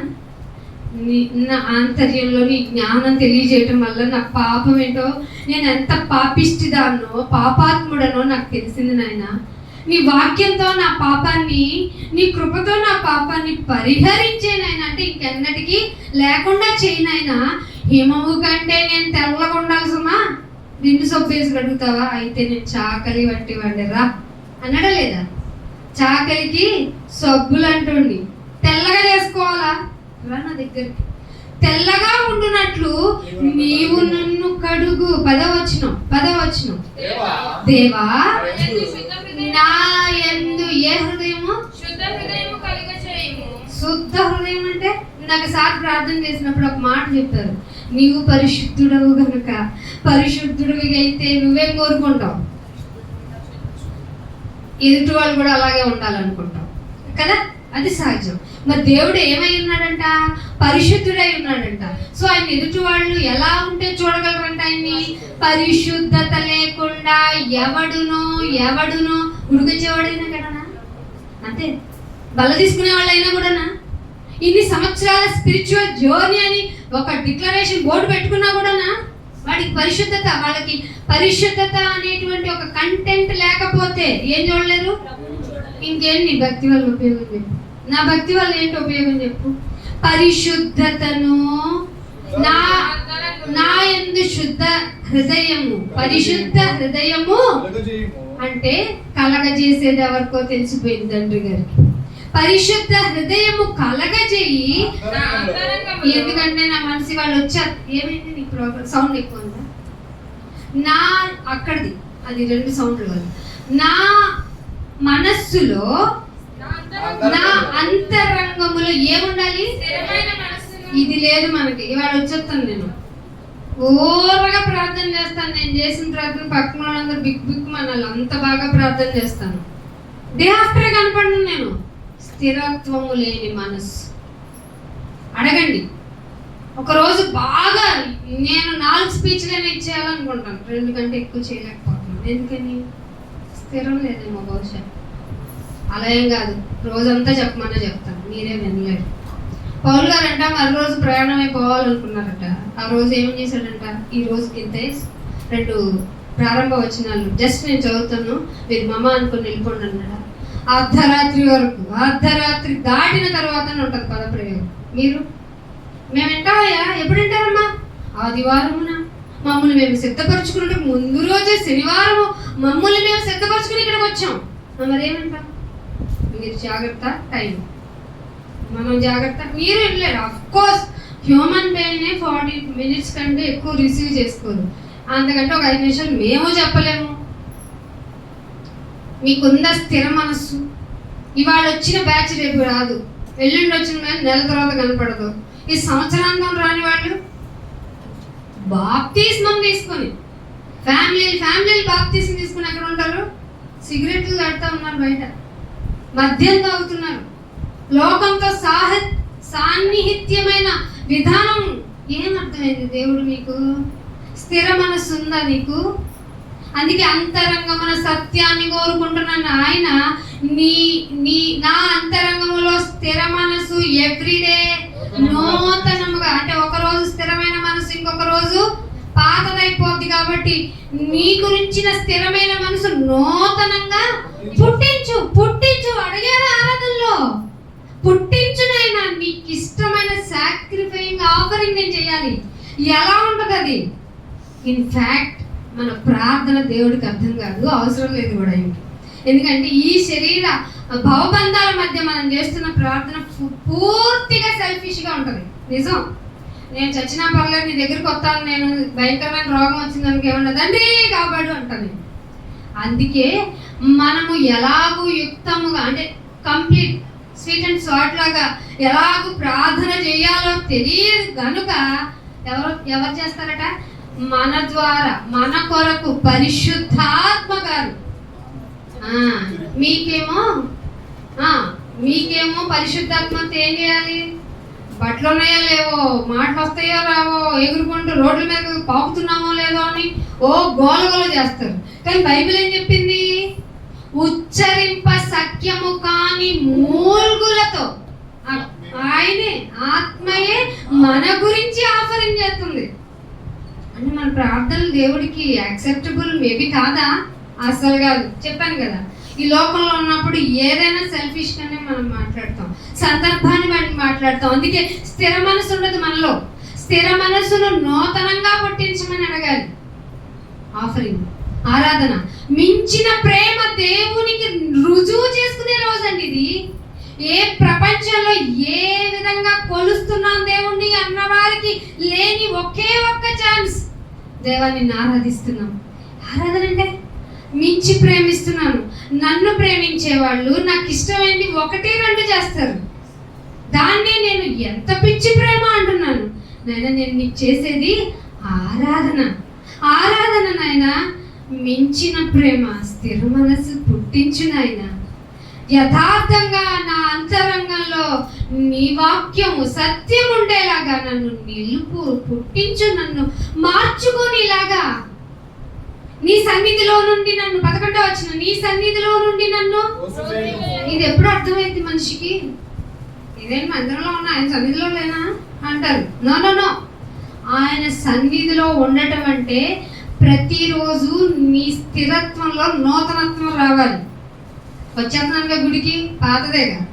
వెంటనాగా, పాతదేగా. గై కొంటున్నావుగా, పాతదేగా. ఆచరించడం లేదు కదా. ఏది నూతనత్వం? వ్యర్థము వ్యర్థము వ్యర్థము. తప్పదు, మీకు వినాల్సింది. మీ నోటిన ఇది సాక్షార్థం. దేనికి ప్రయాసపడుతున్నారో సాక్షార్థం. అందుకే స్థిరత్వమైన, అందుకే 12లో అంటున్నాడు, నీ రక్షణానందం. ఏ రక్షణానందం? నా రక్షణానందం కాదు. నా రక్షణానందం అంటే నన్ను రక్షించుకున్నావు, నాకు స్వస్థతనిచ్చావు, అది శరీరం. నీకు స్వస్థత దేనికి జరిగింది?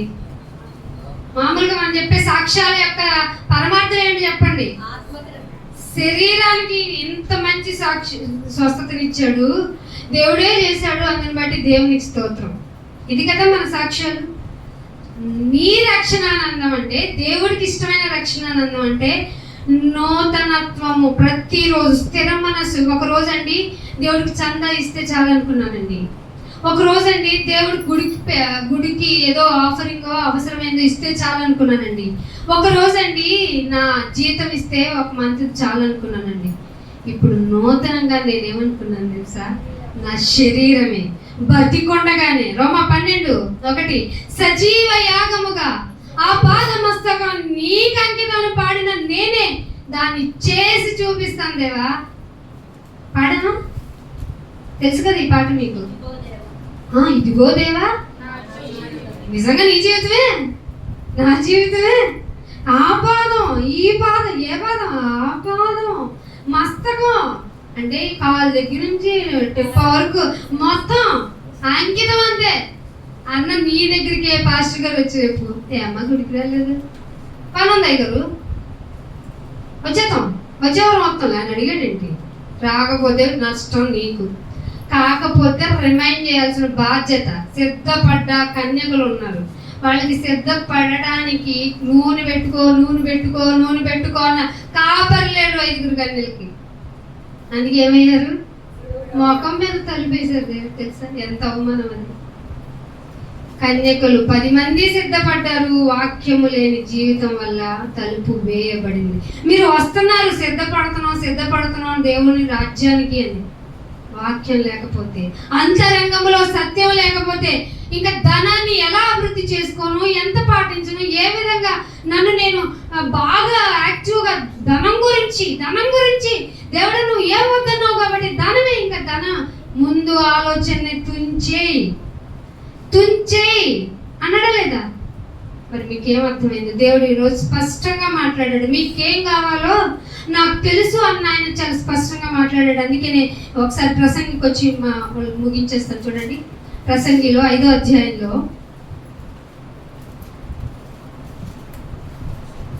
10వ వచనం నుంచి 20వ వచనం వరకు ఉన్న మాటలు తీసుకుంటే, దానిలో మనల్ని పరిపాలిస్తున్న వాళ్ళ వల్ల ఎంత ఇబ్బందులు పడుతున్నాం అనేది కూడా చూడండి. 10వ వచనం చూడండి ఏమంటాడు?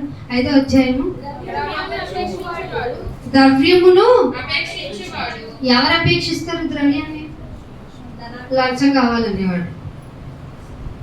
మీకు తెలిసిపోయింది. ఒక కేటగిరీ డివైడ్ చేశాను, వాళ్ళలో మనం ఉన్నాం. ఇంకొక కేటగిరీ ధనాన్ని అపేక్షించేవాడు. దేని వల్ల తృప్తి పొందడు?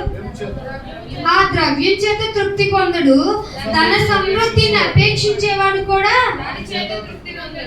ఏమర్థమైంది? అయితే ఉన్నది అభివృద్ధి చేసుకుందాం ఏంటో చిరాకు వచ్చేస్తుంది మౌలికి. ఎందుకంటే ఏం చెప్పినా అక్కడ డబ్బు వద్దు అంటే ఎట్ట బతకాలి?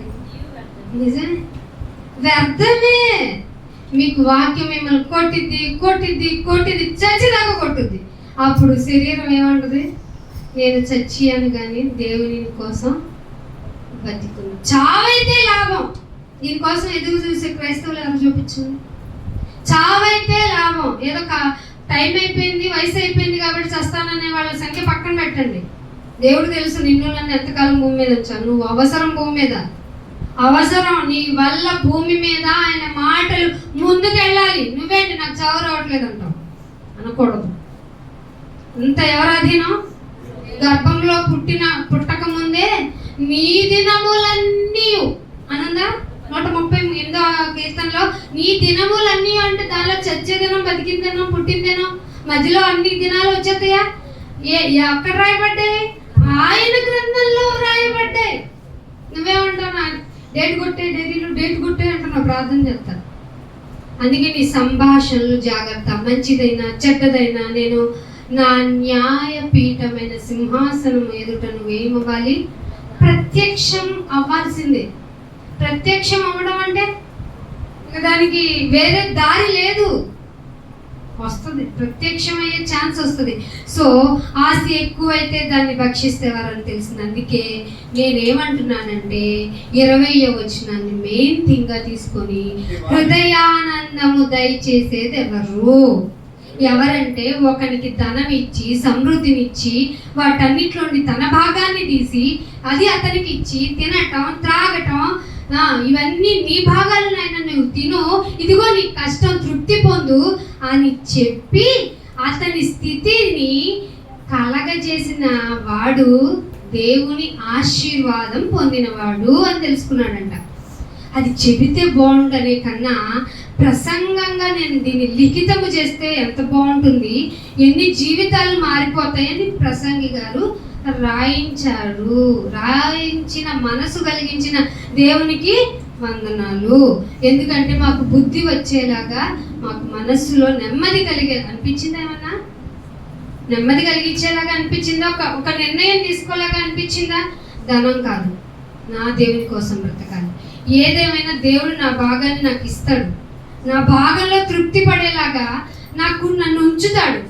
ఒకవేళ ఉపవాసం ఉంచాడు అంటే నన్ను పరీక్షించడానికి, ఒకవేళ నాకు బంధువుల వల్ల ఇబ్బంది అవుతుంది అంటే నన్ను పరీక్షించడానికే, ఒకవేళ నా జీవితమే ప్రశ్నార్థకం అయ్యేలాగా చుట్టూ పరిస్థితులు వచ్చినా నా విశ్వాస తీవ్రతను గురించి ఎగ్జామిన్సే. అసలు నన్ను ఒంటరివాడిని చేస్తే ఇంకా హ్యాపీ.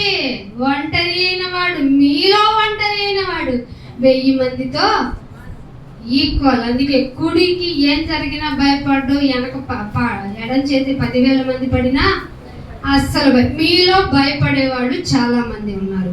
సో మిమ్మల్ని మీరు, మీ గురించిన జాగ్రత్త మీరు తీసుకొని మీరు ఎలా ప్రవర్తిస్తే బాగుంటుందో అలాంటి ఆరాధన చేయండి. అలాంటి ఆరాధన చేస్తూ బల్లలో చేతులు వేయండి. ఏమని?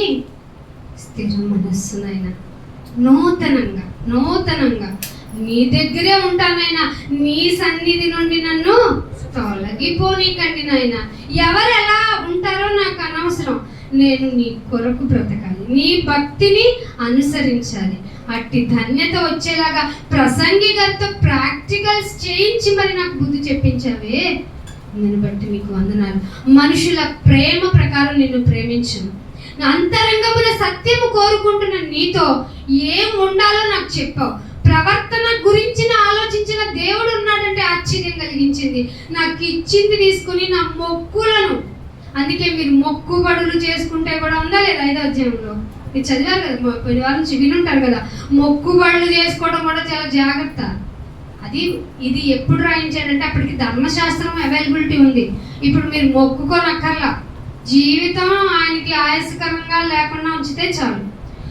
కొంతమంది ఉంటారు, ఈవెన్ పౌలు గారు కూడా కొన్ని మొక్కులు ఉన్నాయన్నట్టుగా ఒక చోట కనబడకుండా ఉంది, కానీ ఆయన ఇశ్రాయేలుకి నేనేం వ్యతిరేకం కాదని చూపించడానికే తర్వాత లేఖనాల్లో రాయించాడు. మీ మొక్కుబడులు ఏమై ఉండాలంటే ఆయన కొరకే నా సజీవ యాగమైన బలిగా నన్ను నేను సమర్పించుకుంటాను అనే త్యాగపూరితమైన ఆలోచనతో కనుక నువ్వు రాగలిగితే నీ జీవితంలో కొత్త మార్పులు నువ్వే గమనిస్తావు. ఎంత సంతుష్ట సహితమైన జీవితం ఉంటుందంటే నిన్ను నువ్వే చూసుకుని ఆశ్చర్యపోతావు. ఇది కావాలా? ఇక నూతనంగా చేయండి ఆరాధన. సాక్రిఫైన్ చేసుకొని బల్లలో చేతులు వేయండి. ఎలా అంటే నిన్ను నువ్వు పరీక్షించుకో. అప్పుడు ఏం చెయ్యం? నిన్ను నీవు పరీక్షించుకున్న మనల్ని మనమే పరీక్షించుకున్న ఎడల తీర్పు పొందకపోదుము కదా. సో ఇది ధన్యత మీకు అందరికీ దయచేయాలని కోరుకుంటున్నాను. కళ్ళు మూసుకొని ప్రార్థన చేస్తాను. తండ్రి, మా జీవితంలో అవును మేము బాగా ఉంటున్నాం, భక్తిగా ఉంటున్నాం, ఇంకేం కావాలి, ధనాన్ని సంపాదించుకొని ఉంటే బాగుంటుంది అని ఒక లోకపరమైన ఆలోచన మాలో ఉంది నాయన. ఆ ఆలోచనే త్రుంచివేయండి అంటున్నావు. నీ భాగం నీకు ఉంటుంది, నువ్వు ఇచ్చే బ్లెస్సింగ్ అదే అని మాకు అందరికీ తెలియజేసావు నాయన. అంతరంగంలో సత్యం కోరుతున్న నీకు నేను ఎలా బ్రతికితే బాగుంటుందో, నీ చిత్తం ఏంటో ఆ విధంగా మమ్మల్ని అందరినీ ఉంచి నిర్దోషులుగా నీ ఎదుట కనపడులాగా మమ్మల్ని తీర్చిదిద్దమని యేసుక్రీస్తు వారి పరిశుద్ధమైన నామమున ఈ విజ్ఞాపనను అడిగి వేడుకుంటున్నాము తండ్రి. Thank you all of you. God bless you.